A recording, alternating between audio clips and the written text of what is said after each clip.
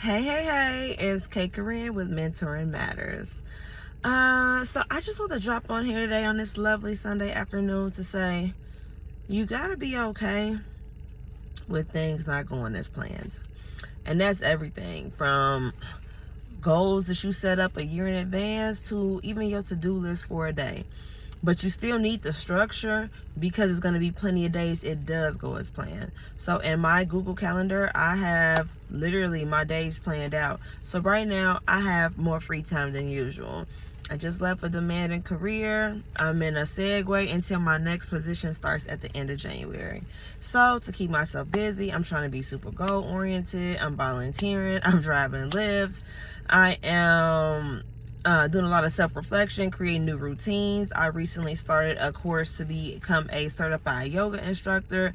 So I'm just like, I have like a high capacity for getting shit done, whatever that's officially called.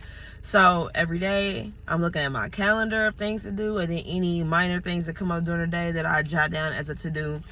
And there are some days where that plan goes off like clockwork. And then I'm just like, oh, I feel this sense of accomplishment. But then there are, forgive me, the weather is changing, nose a little itchy. But then there are other days that nothing goes according to plan. My kids need me to stay home later. Like I have a plan where I try to get up and drive from 4 to 9. But let's say this is one of these days when my kids need me. I typically call and wake them up while I'm out driving. But this is one of them days where I just feel like I need to just stay home, and then something comes up with hair or wardrobe or something that I think is important as a girl mom. Their look is important to them, so it's important to me. So just little things like that. Or it could be that I plan on driving at a certain time on the weekends, because I really don't drive on the weekends. But this weekend, I'm like, I'm going to drive. But then I cut on the app and no rides came through. And so I went and looked, and it's like a really low ride time. The peak was like 2 hours ago when I was sitting at breakfast. So instead of being disheartened, I'm like, okay, well, shoot, I guess I might as well go and buy me some candles and a planner for 2024 and start just writing down my vision, making it plain, so now this is gonna be easier for some than others, because I am an air sign. I'm an Aquarius, so the switch up, it don't bother me like that. I know that if other people, maybe just other personalities, I don't want to make this about astrology, not so much, but you got to be comfortable with that pivot. And I'm gonna tell you why. Because there's nothing you can do. If something comes up, if you need to do something else, if you are not aligned with that energy, like, oh, I think my energy is better placed over here now, regardless of whatever plans you've jotted down, you gotta be cool going off the script. But then there's gonna be days that the script goes perfectly, and you're gonna be glad you had that script. And for me, I do Google Calendars. I do my Google Calendar. I do a to-do list, and I take the time to map out my year in a planner and draw and like doodle in there and put my favorite quotes in there, because I'm old school. I'm 38, so that visual planner and having that in my hand. I got Amazon package delivered. What did I order? Oh, okay.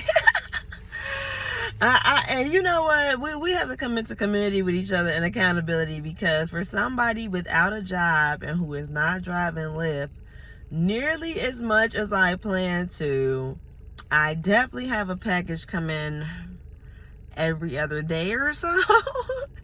And I really haven't even started holiday shopping yet. But anyway, I digress. Yeah, just you can't come into alignment with what God has planned for you, or whatever you believe in, the universe, God, whatever your system is. You can't come into alignment with that and be fully aligned with what you want to do, because those two things, sometimes they'll match up and sometimes they won't. So you got to be cool, going with the flow, kind of moving where the day, the moment, the emotion takes you. You cannot be cemented in anything, because life is literally ebbs and flows.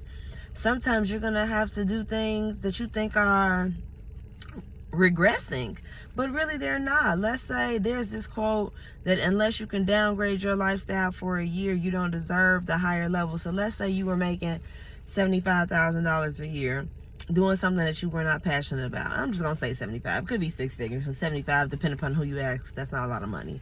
But for those of us that went to college, went to graduate school, 75,000 is not a ton of money, especially depending upon where you live.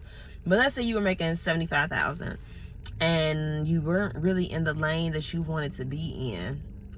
So now you got to pivot into the right lane. But when you pivot into the correct lane, you're not a leader in that new lane. You were a leader in the lane that you don't want to stay in. So now you have to come back down to entry level or mid level. And let's say you were, leadership level. So that's a pay cut. So you may lose 10 bands. It could happen. Maybe a little bit more. But once you align to your correct career path, you feel me? You'll be going straight up from there. So that's what I mean about the ebbs and flows. Everything is not regression. Everything is not a distraction. Everything is not something pulling you away from your goals. And I'm super goal oriented. So not meeting any particular goal, whether it's the annual income I have to bring in, or a fitness goal, or a productivity goal, it used to bother me, but I'm getting more and more okay with being open to the changes and the evolution and the ebbs and flows and the readjustments and the realignments and just all the change that life is naturally intended to have. I think at our search for stability and security, false security, because you can literally save $25,000 and get hit back to back with some whammies and have that thing down to $1,200. If I need a new roof tomorrow, that's $10,000. If my furnace goes out, that's $10,000. And now maybe 2-3 years worth of savings is gone, finito.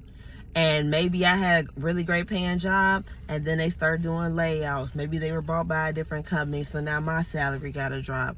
Maybe I have difficult working conditions and I need to walk away.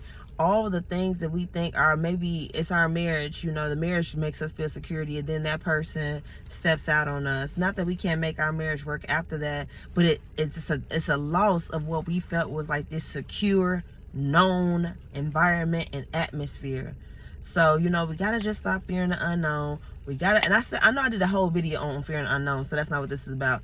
This is about when plans don't go as planned. With positive and righteous energy, going with the flow, not regretting, not nastily, not with an attitude, not begrudgingly, but being open. Yes, you made that plan. Yes, that plan meant something to you. Of course it did.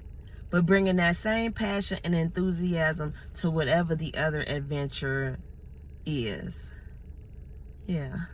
So check it out. Mentoring Matters. Keep tuning in. I think I'm almost at my 30 video goal so that I can release my link. And I don't think I'm that close. I think I have like 12 videos to go. But stick with me. And please comment, share, and subscribe when the time comes. Kate Corinne with Mentoring Matters.